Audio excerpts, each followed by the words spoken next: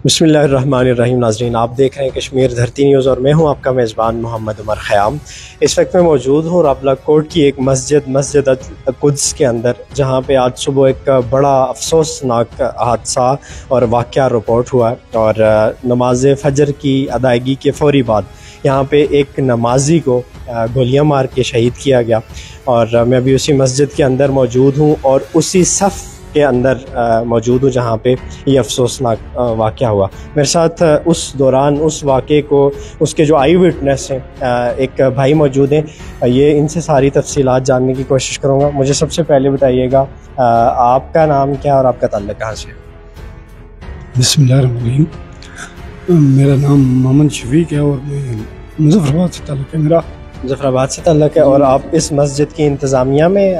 जी, इंतज़ामिया में। और बताइएगा तफसीलन कि जब ये सारा वाक़या हुआ कैसे हुआ, किस वक्त हुआ और ये मतलब कौन था, कत्ल होने वाला कौन था, शहीद होने वाला कौन था और जो हमलावर था वो कौन?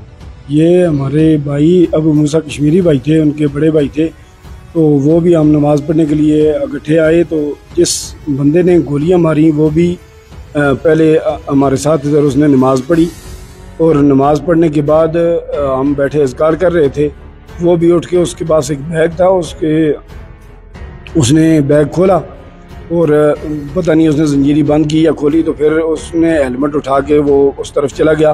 तो थोड़ी देर बाद हमने देखा कि वो मस्जिद के दूसरी साइड से कॉलम की तरफ से आ रहा है और उसने नज़दीक से पहुंचकर उनको फायर मारे। और मैं उठ के खड़ा हुआ तो मैंने उससे कहा कि आप ये क्या कर रहे हैं, तो उसने मेरी तरफ भी अपना पिस्तौल तान दिया और मुझे कहा कि अगर आप आगे बढ़े तो मैं आपको भी गोली मार दूंगा। तो इसी तरह अपना पिस्तौल हाथ में ताने हुए वो मस्जिद के गेट से बाहर निकल गया और उसके जो साथ वाला आदमी था तो वो बाहर गेट में दूसरा उसके इंतजार कर रहा था। जिस बंदे ने फायर किए जो कातिल था वो भी नमाज अदा करने के बाद उसने ये काम? जी, नमाज अदा करने के बाद उसने ये काम किया। उसको जानते हैं कौन था? हम नहीं जानते। वो पंजाब की तलक से ये ऐसा मालूम होता था कि ये पंजाब का रहने वाला है, यहाँ कोई मुकीमी आदमी वो नहीं था। पहले भी कभी उसको देखा? कभी 6-7 साल हमें यहाँ नमाज पढ़ते हुए हो गया, हमने उसे नहीं देखा। पहले कभी नहीं देखा? पहले कभी नहीं। और नमाज की अदायगी जब हो चुकी थी तो उसके बाद वो उठा और उसने पिस्टल निकाला और फिर फायर किया? हाँ जी, उसके बाद उसे उठा और यहाँ से चला गया और पहले उसने पिस्टल अपना हेलमेट रखा हुआ था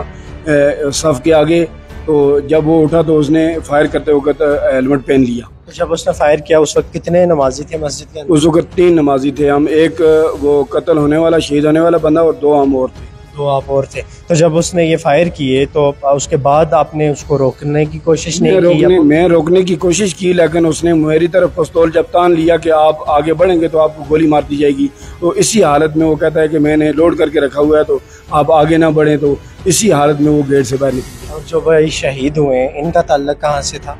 इनका ताल्लुक बेसिकली मकबूजा कश्मीर से था, तो वो यहाँ सेटल थे। और इस मस्जिद में आज कितने अरसे से यहाँ पे नमाज अदा करते थे या कितने अरसे से यहाँ पे मुकीम थे? मैं खुद वो भाई जो शहीद हुए वो भाई तकरीबन कभी कभार ये 15 दिन कमोवेश वो उनको यहाँ हो गए। वो प्रोग्राम में आए थे तो उसके बाद यहाँ ही थे तो वो नमाज अदा करने के लिए। तो आपके साथ उठना बैठना ज़ाहिर उनका हुआ होगा। अल्हम्दुलिल्लाह। तो कभी कोई इस तरह से किसी के साथ कोई तल्ख कलामी, कोई दुश्मनी, कोई इस तरह, इससे पहले भी कोई ऐसा वाक़या? बहुत बड़े बाखलाक आदमी थे, बिल्कुल खाली मैं नहीं, बाजार में भी कोई आदमी ये नहीं कह सकता कि वो किसी के साथ उन्होंने किसी तल्ख कलामी से बात की। कोई आइडिया भी नहीं कि जिसने ये काम किया क्या दुश्मनी हो सकती है? वल्लाहु आलम, इसका कोई कह नहीं सकता। और कोई परेशानी के आलम में या कोई इस तरह से भी कभी कोई तासुरात महसूस हुए जिससे आपको लगा हो कि ये कोई परेशान है या कोई ऐसी कोई बात? नहीं, ऐसा मामला कोई नहीं हुआ। तो अभी उसके बाद आपने पुलिस को ज़ाहिर रिपोर्ट किया होगा। तो बाकी जो चीज़ें थी पुलिस ने, चूँकि नाज़रीन यहाँ से जो आपको दिखाना चाहूँगा ऑन द स्क्रीन, ये वो सफ़ थी, पहली सफ़ में यहाँ पे उन्होंने नमाज की अदायगी की। और ये जो कारपेट का ये टुकड़ा जो कटा हुआ आपको नज़र आ रहा है, यहाँ से बेसिकली पुलिस बतौर सैंपल उसको यहाँ से काट के ले गई है। और अभी भी फ़र्श के अंदर वो जो बुलेट थी वो अभी भी फ़र्श के अंदर जा चुकी है और उसके छोटे छोटे जो सैंपल्स अभी भी यहाँ पे मौजूद हैं। ऑन द स्क्रीन आप देख सकते हैं जो शहीद होने वाले भाई हैं उनकी तस्वीर भी आपको नज़र आ रही है।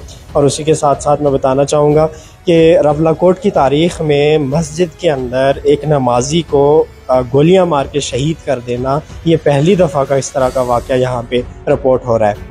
मेरी याददाश्त में तो ऐसा आज से कबल कोई वाक़या नहीं है कि किसी मस्जिद के अंदर किसी नमाजी पे बड़े बड़े शहरों से ख़बरें तो आती थी, सुना करते थे, लेकिन आज हमारे अपने शहर में बहुत अफसोसनाक वाक़या ये रिपोर्ट हुआ जिस पर हर आँख जो है वो अश्कबार है और अफसरदगी और तशवीश का इज़हार किया जा रहा है कि आखिर मसाजिद के अंदर भी, यहाँ रबला कोट में भी इस तरह के काम हो सकते हैं जिनको अकल बज़ाहिर तस्लीम करने को तैयार नहीं है। तो आपकी मस्जिद के अंदर कोई CCTV कैमराज या कोई फुटेज ऐसी कि जिसमें उस बंदे की शक्ल देखी जा सके? मेरे ख्याल में वो मस्जिद ज़ेर तामीर थी पहले, कंस्ट्रक्शन में, तो वो CCTV कैमरा फ़िलहाल बंद हैं, वो देखे नहीं जा सकते। वो देखी नहीं जा सकती। तो बज़ाहिर जो कातिल था उसका जो हुलिया वगैरह कोई अगर आप देखें तो उसको पहचान सकते हैं? अल्हम्दुलिल्लाह मैं पहचान सकता हूँ। उसने जो ड्रेस भी लगाया हुआ था वो तकरीबन 20-22 साल उसकी उम्र थी तकरीबन, और बॉडी से वो इंतहाई कमज़ोर लग रहा था, और खाकी किस्म की उसने शर्ट पहनी हुई थी, और बिल्कुल उसने ये महसूस ही नहीं होने दिया कि मैं ये काम करने के लिए आया हूँ। 20-22 साल का तकरीबन नौजवान ही हुआ। जी और ये नौजवान ने ये काम किया। तो जब वो नमाज की अदायगी के लिए आया तो सुबह तकरीबन कितने नमाजी होते हैं आपके साथ, और आज कितने थे? उस वक्त तकरीबन 6-7 आदमी नमाजी थे, और तकरीबन कम बेश फजर की नमाज में 6-7-8 आदमी होते हैं। 6-7 आदमी। तो जब वो नमाजी नमाज अदा करने के बाद जा चुके थे, किसी को उसके फौरी बाद भी इतला मिली कि ये यहाँ पे अंदर मस्जिद में ये वाक़या हो चुका है? नहीं, उसके बाद तो हमने इतला दी। जब वो बंदे बाहर निकल के, पिस्टल उसके हाथ में था, तो हमने